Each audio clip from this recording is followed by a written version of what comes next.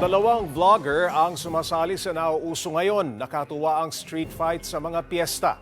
Yun nga lang, minsan sila ang nalalagay sa alanganin. Kaya ngayon, sumasideline na rin sila sa pagtuturo ng maayos at malinis na boxing. Para bigyan ng mukha ang balita, Mobile Journal King Senko.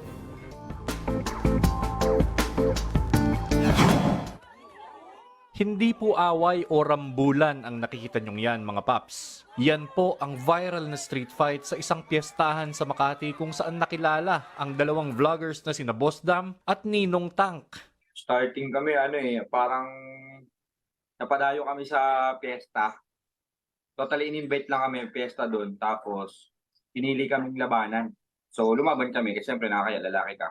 Hamon ka ng ganun. Parehas kaming former boxer ng Taguig around 2010. Parehong nakaabot sa palarong pambansa ang dalawang vlogger na ito, mga paps. Mga 15 taon na ang nakalipas. Pero sa ngayon, mga katuwaan, piyestahan at kaswal na hamunan na lang ang kanilang mga nilalabanan. At ito na rin ang laman ng kanilang vlogs. Pero bakit nga ba ito ang kanilang natripan? Baga, yun yan, naisip namin na okay pala kasi ang dami. As in, one day lang talaga nag-million views yun. Kaya sabi ko, okay pala tong vlog na to. So, nagtuloy-tuloy kami.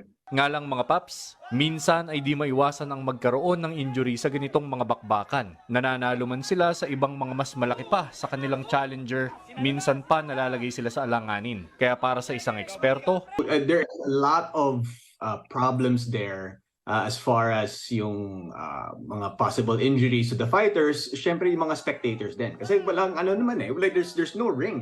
The action is not contained in a certain area.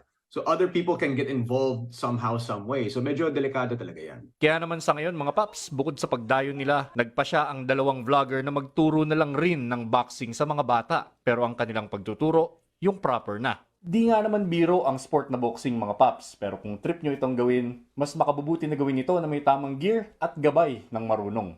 Mobile Journal, King Senko po, hatid ang mukha ng balita. Gusto mo bang lagi kang updated sa mga balita? Aba, ay simple lang. Mag-subscribe ka na dito sa 1PH. I-click mo lang ang subscribe button at notification bell para hindi ka nahuhuli sa mga balitang dapat mong malaman.